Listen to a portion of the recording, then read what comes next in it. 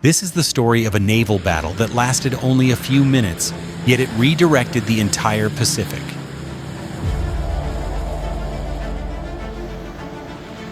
In this video, we will retrace every decision, every mistake, and every life or death moment that forged Midway, the battle in which 4 Japanese carriers turned into pillars of fire and the United States rose from desperation to counterattack.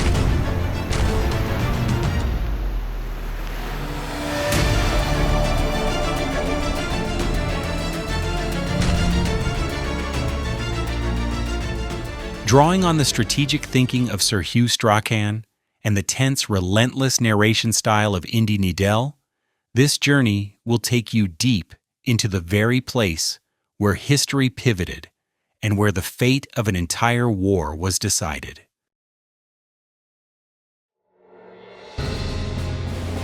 In the vast expanse of the Pacific, 2 massive fleets were quietly closing the distance, a confrontation in which neither side knew that within just a few hours, history would veer in an entirely different direction.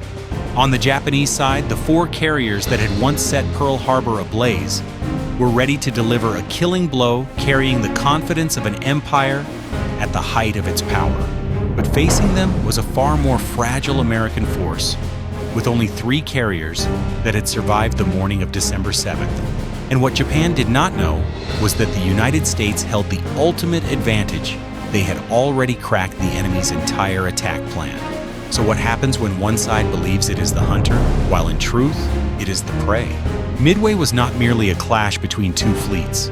It was the place where strategy, luck, and human resolve collided in a single decisive moment. This was the battle where one small mistake could bring down an entire empire, and the battle that proved that in war, the weaker side is not always the one that loses.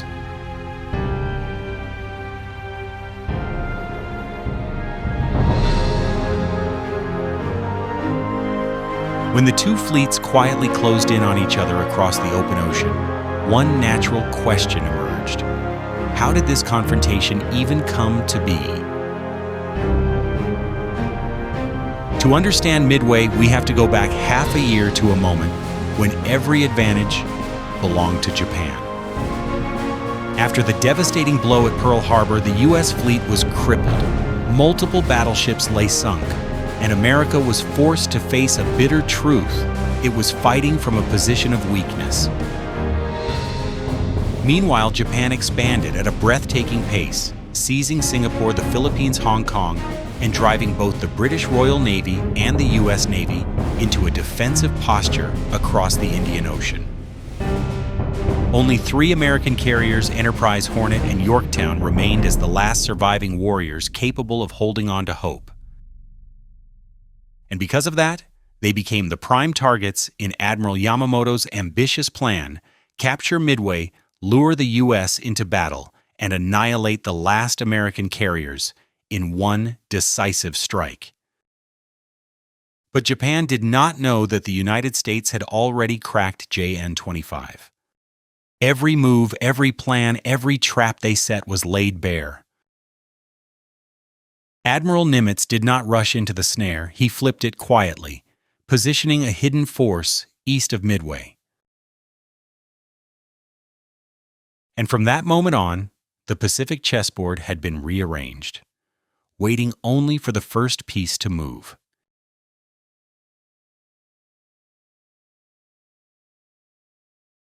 Understanding the strategic calculations before Midway, we now arrive at the moment when every piece on the board has been set in its place.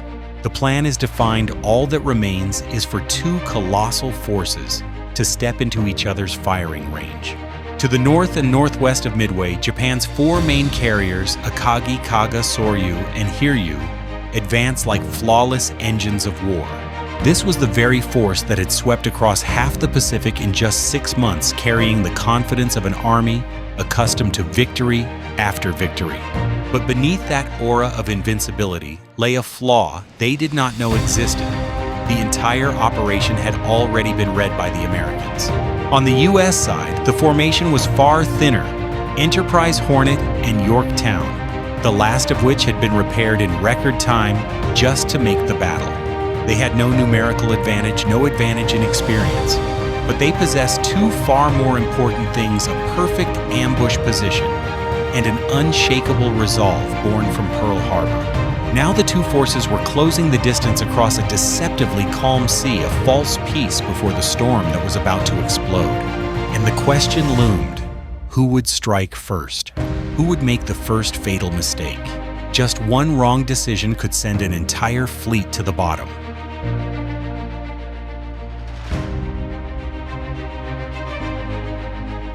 As the two fleets narrowed the distance and the strategic landscape took its final shape, only one uncertainty remained: which side would fire the first shot? Believing they commanded the battlefield, the Japanese acted first.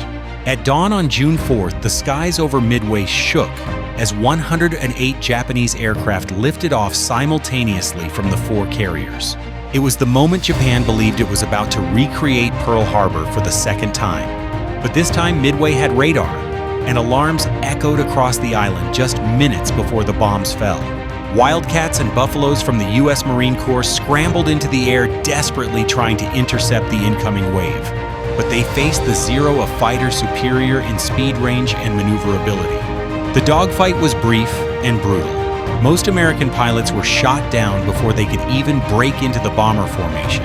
On the ground, Midway was struck by a torrent of bombs. Runways, fuel depots, hangars, and the control tower were all hit. Flames roared skyward and black smoke smeared the horizon. But the most crucial outcome did not happen. Midway was not neutralized. The runway remained usable, the anti-aircraft guns were still firing, and the defenders' determination did not waver. The question now was, Japan believed Midway was on the brink of collapse. But would that very overconfidence become the spark that ignited the disaster to come?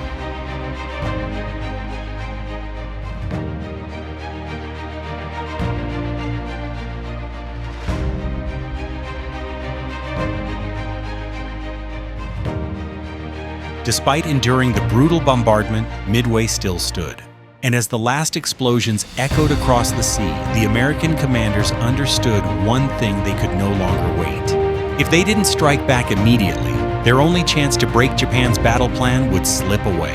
So from an island still burning, Midway launched every aircraft that could still fly into the sky. These were not elite squadrons. They were whatever remained after the first wave of destruction. The first attack, the TBF Avengers and B-26 Marauders, was almost completely wiped out by the Zeros. And that is where Browning's legend transcends technology and becomes philosophy from iron and gears to... The second attack, Major Henderson's squadron, was swept from the sky as well. Henderson himself was killed over the sea. The third attack, the high-altitude B-17s, released their bombs with textbook precision in theory, but in practice, every bomb splashed harmlessly into the ocean. From the sands of Normandy to the jungles of Vietnam, it roared like the steel heartbeat of a century. None of them scored a hit. But the important thing was, this Japan believed it controlled the battle, yet now it was being forced to respond to relentless non-stop attacks. Flight decks had to halt operations, Zeros had to cycle constantly, and Admiral Nagumo began to feel the pressure closing in. The question now was no longer, can the Americans land a hit? But how long can Japan hold out before making its first fatal mistake?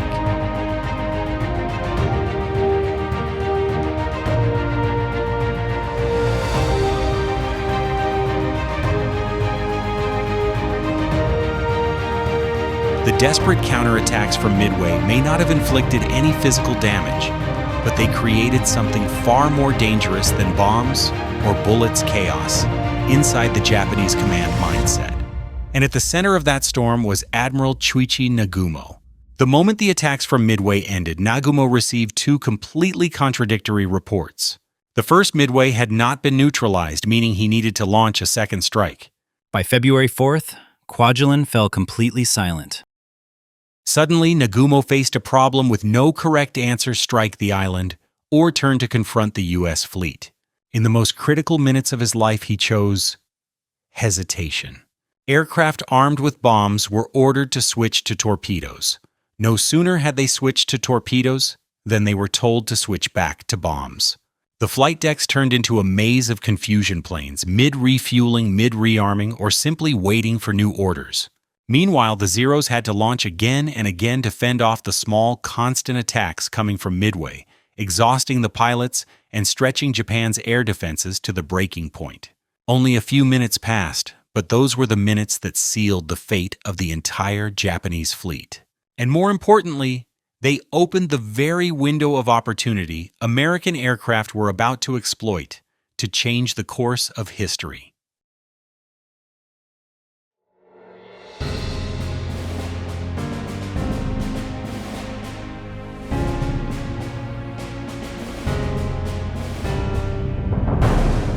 While Nagumo was trapped in a spiral of hesitation and chaos on the Japanese decks on the opposite side of the Pacific, the Americans were moving with the cold clarity of a chess match already calculated in advance. The gap Japan had created the U.S. was about to exploit completely. Thanks to the JN-25 decrypts, Admiral Chester Nimitz knew the exact approach vector formation and timing of Japan's attack. Instead of being lured into the Midway trap as Yamamoto intended, Nimitz flipped the entire plan. He positioned all three American carriers, Enterprise, Hornet, and Yorktown, in a perfect ambush point, only a few hundred nautical miles from the Japanese force, close enough to strike, but far enough to remain unseen. Just as they were trying to clear mines and open a path, they were hit repeatedly by Axis bombers.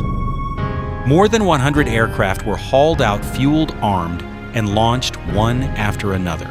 It was a combined strike of three key elements: F-4F Wildcats to protect the formation, TBD Devastators carrying torpedoes, SBD Dauntless, the trump card that would decide the battle.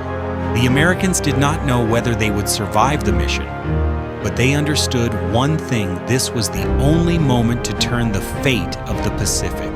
And as the propellers spun and the engines roared, the battlefield stood ready for the decisive counterstrike.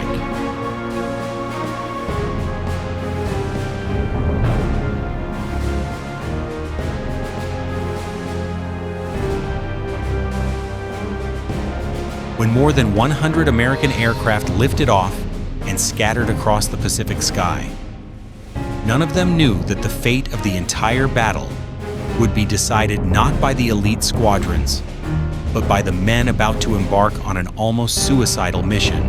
And from this moment, the American counterattack began with tragedy. Torpedo Squadron 8 from the Hornet was the first to find the Japanese fleet. With no fighter escort, they flew low, slow, and with virtually no chance of surviving against the Zeros. The result was brutal. 14 out of 15 aircraft were shot down, and only one pilot survived drifting alone in the ocean. But the squadrons that followed, Torpedo Squadron 6 and Torpedo Squadron 3, fared no better. If Roy was lightning war, Namor was the brutal reminder that war can change its face in an instant. On the surface, it was a disaster. Not a single torpedo hit its target. But what the Japanese failed to realize was this: these failed squadrons had just saved the United States.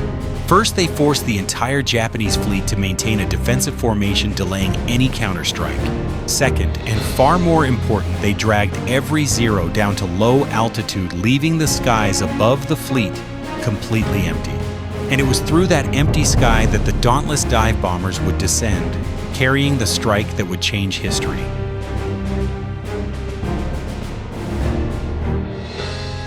After the American torpedo squadrons were torn apart over the sea, the sky above the Japanese fleet suddenly became empty, a void no one had expected. And that void was the very moment Midway's fate turned. At that exact instant, the dauntless dive bombers, previously lost and off course, finally found the path leading them to their targets. Commander Clarence McCluskey, instead of turning back as his fuel ran low, made a bold decision: follow a lone Japanese destroyer, racing at full speed to the northwest. That choice led him directly to what the entire U.S. Navy had been searching for: all four Japanese carriers lying exposed in the open ocean. 31 SBD Dauntlesses from Enterprise dove simultaneously. Kaiga was hit multiple times. One bomb punched into a refueling hangar, causing the ship to erupt like a volcanic blast. Akagi Nagumo's flagship was struck by a single bomb, but it was fatal, obliterating the command center and turning the flight deck into a sea of fire. At the same moment, the Yorktown squadron struck Soryu, setting it ablaze and rendering it combat ineffective within minutes. It all happened in just 5 to 6 minutes, an almost unbelievable span of time, yet enough to wipe out 3/4 of Japan's carrier strength. When the report finally reached Admiral Yamamoto, he could scarcely believe it. 3 carriers lost in a matter of minutes. But it was true, and it was the moment that sealed the fate of the entire Pacific War. After the catastrophic collapse of 3 frontline carriers, many assumed the Battle of Midway was over. But war rarely ends so quickly. Amid the inferno, one predator still remained the carrier Hiryu, and it would deliver the Imperial Navy's final counterblow of the day. Hiryu, battered but still fully capable of fighting, immediately launched 2 airstrikes against the clearest target, Yorktown, the ship that had survived both the Coral Sea and the opening stages of Midway. In the first wave, D-3A dive bombers plunged down and struck Yorktown with 3 bombs, shaking the ship, setting it ablaze, and temporarily knocking out power. But thanks to superb damage control, the American crew performed what seemed impossible. They brought Yorktown back into action within an hour. That miracle created an illusion. When the second wave arrived, the Japanese pilots believed they were attacking a different carrier entirely. This time, B-5N Kates from Hiryu launched torpedoes from 2 directions, hitting Yorktown twice, and rolling her sharply to port, leaving her almost completely immobilized. From afar, the Japanese aviators radioed home that they had sunk 2 American carriers. In reality, they had struck only one, a ship fighting to the very last breath. Yorktown slowly settled as the crew abandoned ship, many of them remaining aboard, until the final moments to try to save the vessel they had served with. And as fate would have it, Yorktown became a symbol of American resilience, a ship that refused to die until it had fulfilled its final mission.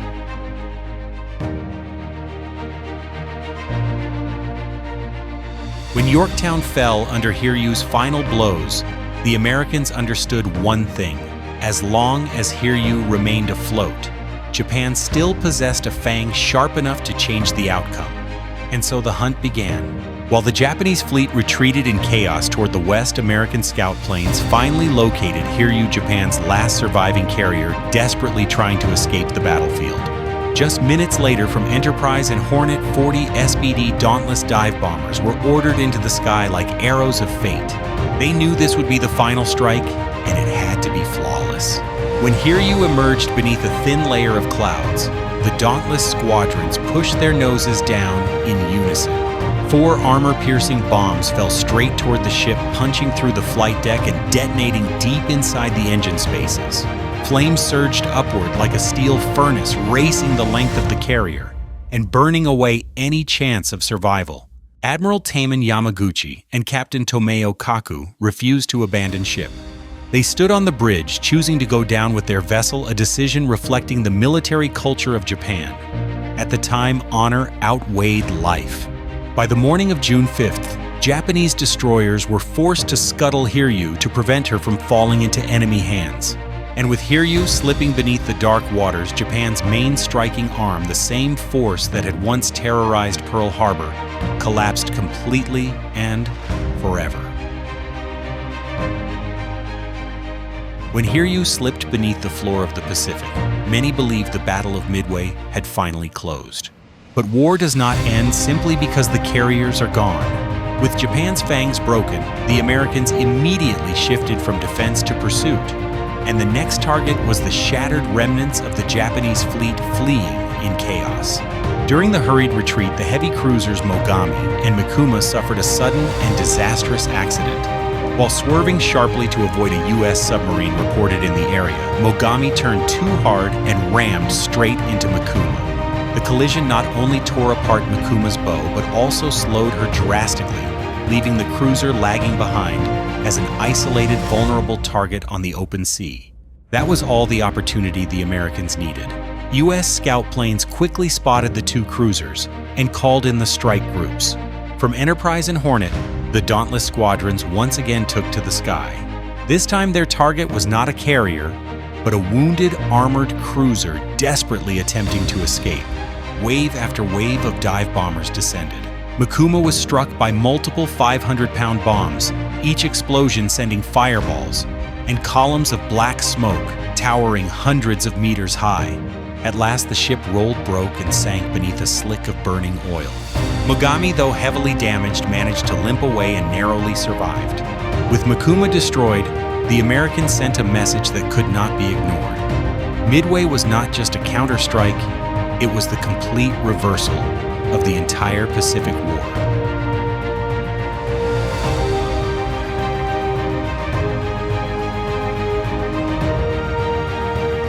After Mikuma sank into the sea and the shattered remnants of the Japanese fleet retreated in chaos, the Americans believed they had finally closed the darkest chapter of the Battle of Midway. But war always leaves behind unexpected blades, final strikes that emerge from places no one anticipates. And Yorktown, the carrier that had survived Coral Sea and endured 2 crippling blows at Midway, had still not escaped its cruel fate.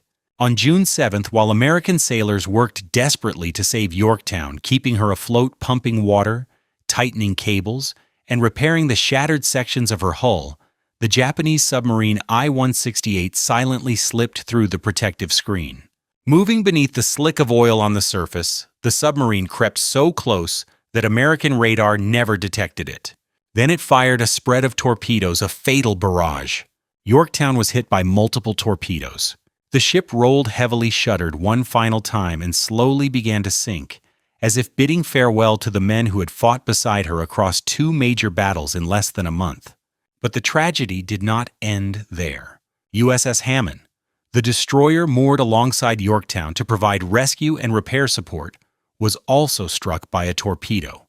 The explosion snapped the ship in half and she sank within minutes, taking many sailors with her before they had any chance to escape. Yorktown, a symbol of resilience, finally succumbed to destiny.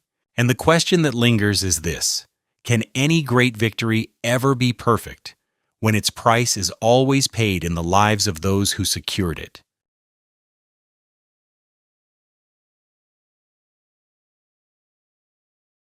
When Yorktown slipped to the bottom of the Pacific, and the final echo of USS Hammond faded into the sea, the Battle of Midway at last came to an end. But to grasp its true meaning, we must look beyond the charred hulls and the destroyed squadrons. Victory lay not only in what America gained, but in what Japan lost forever. Across 4 days of fighting, Japan suffered a catastrophe no strategist in their navy had ever imagined. The 4 frontline carriers, Akagi, Kaga, Soryu, and Hiryu, the very force that had terrorized Pearl Harbor, were annihilated completely. Along with them went the cruiser Mikuma, and more than 3,000 officers, sailors, and aviators, including the core of Japan's elite naval air arm. This was not merely material loss. It was a bleeding of irreplaceable talent, a blow from which Japan would never recover. America paid a price as well. Yorktown, USS Hammond, and roughly 300 men remained in the Pacific. But strategically, that price bought a victory that shifted the axis of the entire war.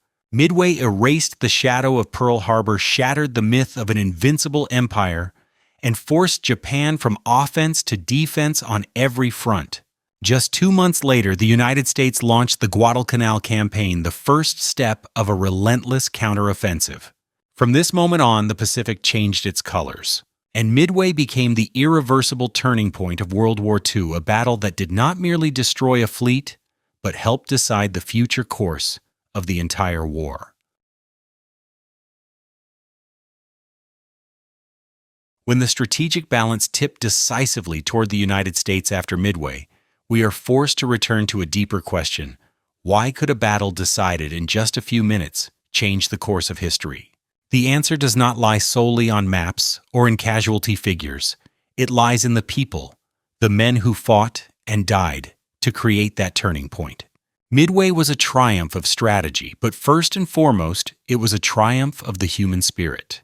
Torpedo pilots who flew straight into certain death, dauntless squadrons that dove from 15,000 feet into walls of fire, Yorktown sailors who fought to keep a dying ship alive. None of them knew they were rewriting history. They only knew the mission had to be carried out. It was that resilience that transformed a few minutes of combat into the decisive moments that reshaped the world. The bombs that fell on Kaga Akagi or Soryu did more than sink carriers, they shattered the illusion of Japan's invincibility.